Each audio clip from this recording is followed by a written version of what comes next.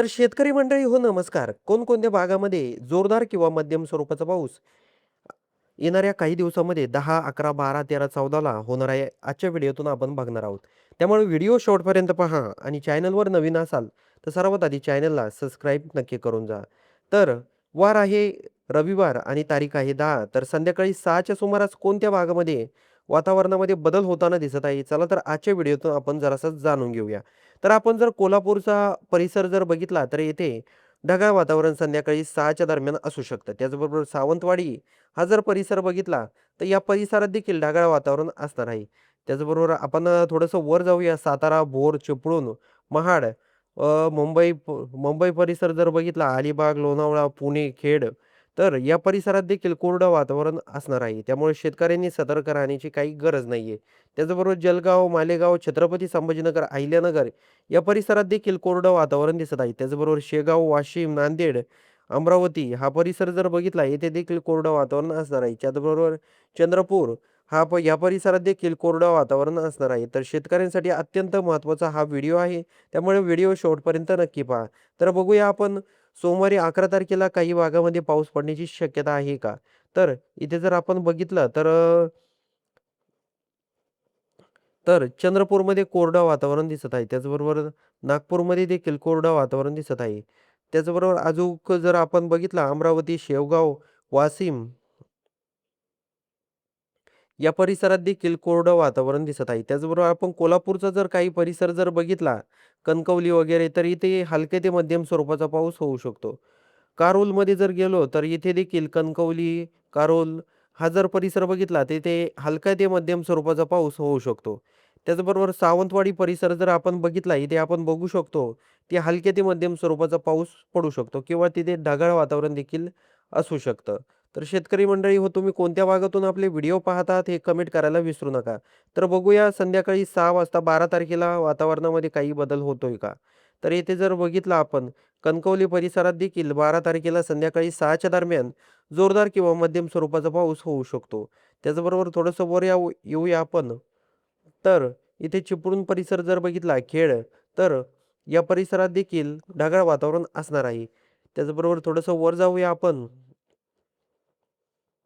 तर इथे आपण जर बघितलं, तर येथे देखील कोरडं वातावरण असणार आहे. खेड, पुणे, जुन्नर, भोर, सातारा हा जर परिसर बघितला, तर या परिसरात देखील कोरडं वातावरण असणार आहे. त्याचबरोबर मध्य महाराष्ट्रामध्ये जर अहिल्यानगर जर बघितलं आपण, तर अहिल्यानगरमध्ये देखील कोरडं वातावरण असणार आहे. त्याचबरोबर जामखेड, करमाळा, इंदापूर, दौंड, बारामती, पंढरपूर हा जर परिसर बघितला, बार्शी, सोलापूर, तर या परिसरात देखील कोरडं वातावरण असणार आहे. त्यामुळे काळजी करायचं काही कारण नाहीये. त्याचबरोबर संध्याकाळी 6 वाजता 13 तारखेला आपण बघूया काही पुन्हा वातावरणामध्ये बदल होतोय का? तर कोणकोणत्या भागात पाऊस पडू शकतो? तर आपण इथे बघू शकता कोल्हापूरचा जर परिसर बघितला तर येथे जवळ-जवळ 4 4 पॉइंटपर्यंत पाऊस पडणार आहे. कोल्हापूरमध्ये हलके ते मध्यम स्वरूपाचा पाऊस 100% होणार आहे. त्याचबरोबर निपाणी हा कधी 13 तारखेला संध्याकाळी 6च्या दरम्यान पाऊस होणार आहे. निपाणी, कणकवली, सावंतवाडी हा जर परिसर बघितला तर या परिसरात देखील हलक्या ते मध्यम स्वरूपाचा पाऊस होऊ शकतो.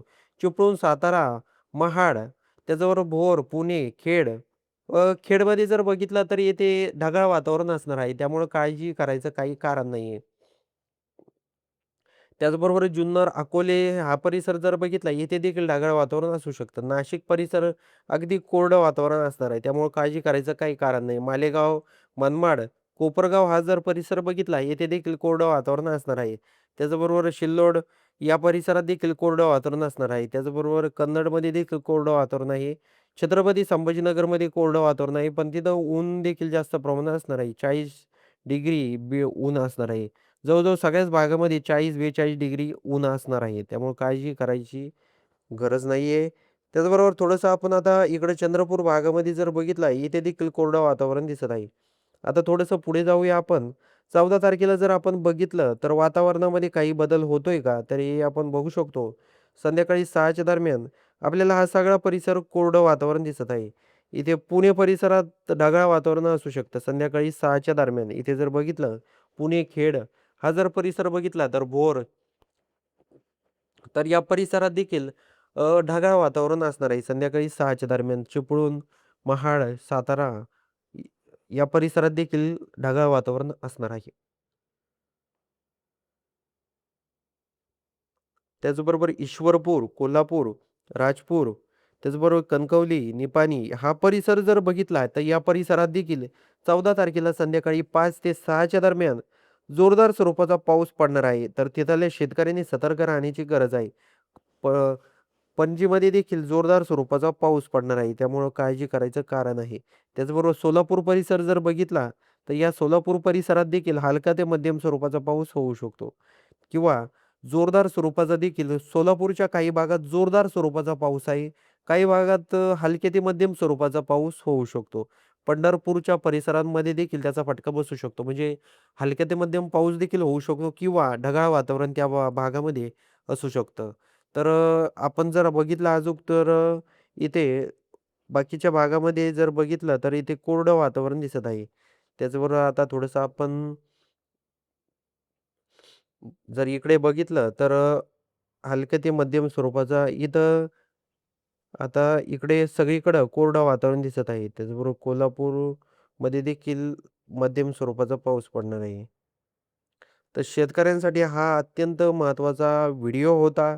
तुम्हाला व्हिडिओ कसा वाटला हे कमेंट बॉक्समध्ये सांगायला विसरू नका. आणि आपण पुन्हा एकदा विनंती आहे तुम्हाला, की तुम्ही कोणत्या भागातून, कोणत्या जिल्ह्यातून, कोणत्या गावातून आपले व्हिडिओ पाहत आहात, हे कमेंट करायला विसरू नका. आणि तुम्हाला कोणत्या भागाचा हवामानाचा व्हिडिओ पाहिजे, कोणत्या भागाचा व्हिडिओ पाहिजे हे कमेंट करायला विसरू नका. भेटूया पुढच्या व्हिडिओमध्ये. तोपर्यंत जय महाराष्ट्र.